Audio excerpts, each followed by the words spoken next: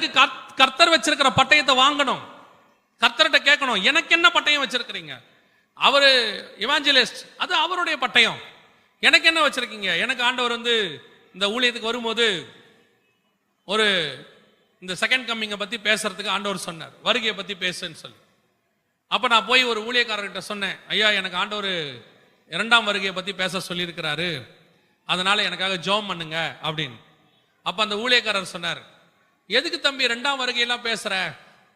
இதுல உனக்கு ரொம்ப காசெல்லாம் வராது, ஆஃபரிங் எல்லாம் கொடுக்க மாட்டாங்க, நீ பேசாம கிஃப்ட் பத்தி பேசு, ஹீலிங் டெலிவரன்ஸ் இப்படி பேசு, உனக்கு நல்ல ஆப்பர்ச்சுனிட்டி வரும் அப்படின்னாரு.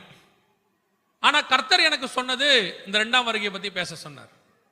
நான் உங்களுக்கு உண்மையை சொல்லுகிறேன், இந்த இரண்டாம் வருகையை பத்தி பேசுன ஆண்டவர் சொன்னதுனால நான் அவர் சொன்னதை பெருசா எடுத்துக்கல.